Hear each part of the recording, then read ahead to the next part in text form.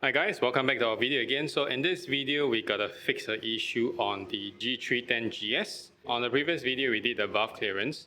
Interestingly, we found that there's an imbalance between the intake shaft, and then so we were thinking whether it's by design or is it wear off. So initially I thought it was a design, so we assemble everything back and then we continue riding. So what happened is while we are riding in the hotter season, we realized that the water temperature actually exceeded the limit, quite constantly. So we decided to go online and do some research, and then we found a video that was posted recently which shows the same issue of that wear off intake cam. And then we also read some on the forum. To confirm that, we went to the part distributor and ordered a new intake cam. To our surprise, the wear is real because as you can see on this new two cam, they are perfectly identical, but the one that we see inside the inner one, or the right side, or the one closer to the gear, is actually tapered off. So right now we gotta replace that. So back to removing all the parts in order to access to the cam. Probably we gotta remove the radiator because the cam chain tensioner is behind it.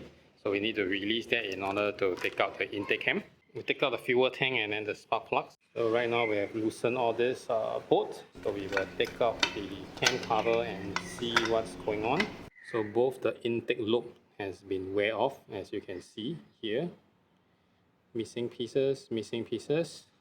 That's why it's overheating.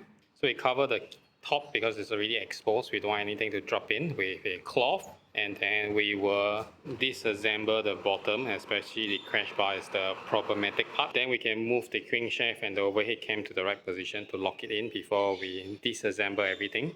We just need to ensure that timing is correct.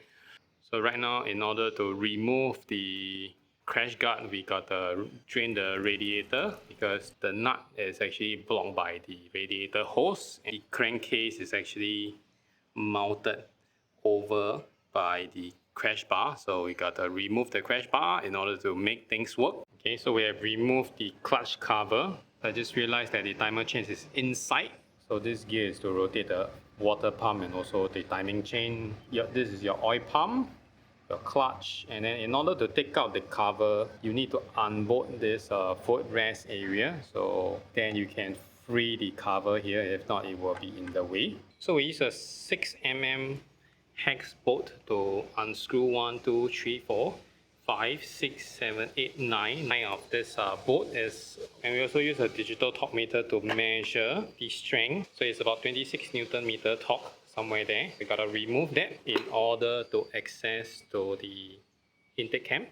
Okay, this center tree comes with a washer. The rest are without washer. So once it's done this, you can leave it up, and then you just gotta shake it a little, slowly take it out because it has been inside there for so long. So just check if there's any wear here. Seems okay. Okay, so right now I am trying to loosen this cam chain tensioner, hopefully without needing to remove the radiator. So let's give it a shot and see how it goes. So great, we managed to break it loose. We just need to loosen this. So this push rod is actually hydraulic actuated, so you just need to release the pressure and then the chain will be loose. So from here we can see that the chain is loosened. Okay, probably I need 2 hands to do it. I'll be right back. Okay, so what we're trying to check out here is if there's a wear on the rocker arm. Seems like there is. In order to take out the rocker arm, we need to unscrew this 5mm bolt. So however, because it was slightly blocked by this bar here, so we strip the bolt. Right now what we need to do is to extract it out with an extractor. In order to do so, you got to release one of the engine bolt. So we release the bottom engine bolt, and then we will use a car jack to jack the engine slightly upwards. So this screw is exposed. Then now we can use the extractor and try to extract it out. After 2 hours, this bolt is finally free. So right now we can have access to pull out this rod and also take out the rocker arm. So finally the new rocker arm is here. You can see that the old one has actually been scraped off by a little bit. You can see that the shape is also gone. So the groove here is no longer in existence. So right now we got to replace the new rocker arm into the engine. But before we install, we just coat it with a little bit of engine oil. So it has a layer of protection before everything goes in. All we need to do is just slide out the pin and then insert the rocker arm in. We just need to screw back this plug. The top dead center of the piston is actually where this groove and this dot actually centered in the middle. So once the top dead center is confirmed, we will adjust the cam loop accordingly. Okay, after much fiddling with our finger inside the cam loop and adjust with the chain accordingly. Also at the same time ensuring that the dot didn't move place. So right now we got to tighten the tensioner and see what will happen. So while we are tightening the tensioner, at the same time we are monitoring the inlet marking and the exhaust marking here. They did move. If they move, then we got to readjust. If not, we just keep on tightening. So we will lightly tighten this first 3 bolts in first, and then we will do the crank rotation to test if everything is really in place, and also do a valve check before we conclude it's a good job and then seal out everything. We will drip some engine oil onto the cam loop to start the rotation because it has been a while since we have the lubrication on it, so probably it's already dried up. Okay, so after all the screw and bolts are tightened, next we want to put back the cover. So this is the cover. So what we need to do is to clean up the edges, and then we gotta put in the new gasket.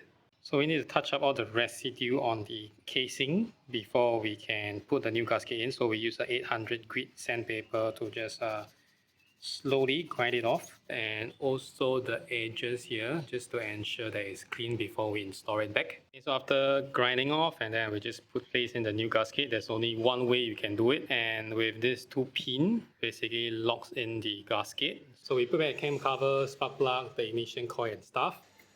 It looks pretty decent. The valve looks pretty clean also. Okay, so we have connect back the ECU and all the small little plugs here and there. So right now we can insert in the airbox.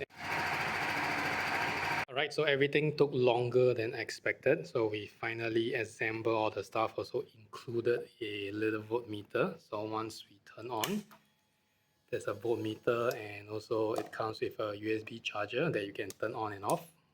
We have brought this K&N filter, so we just need to swap it out. So pretty simple, just to clip, take it out, pop it in. So we just put it back in and then just clip it back. Okay. As we can see, this side is pretty clean. Once you turn it over, wow, it's filled with dust. And a dead bug and a leaf. So this is rubbery. So since we have no clue what causes it, is it the wrong viscosity or there's some stuck passageway or whatsoever. So what we gotta do is we gotta flush the engine and then put in the 1550, which was recommended by the user manual. So all we need to do now is to just pour in the flush and just let it idle for 10 to 15 minutes, and then we will do an oil change again and also the oil filter. This is the flush out oil. Filled up. It has this very strong smell from the flush. We just want to drip it out as much as we can before we put in the new oil. Alright, so finally after some effort we assemble the bike back, and we also give it a good wash. So now we are good to go to do a test ride.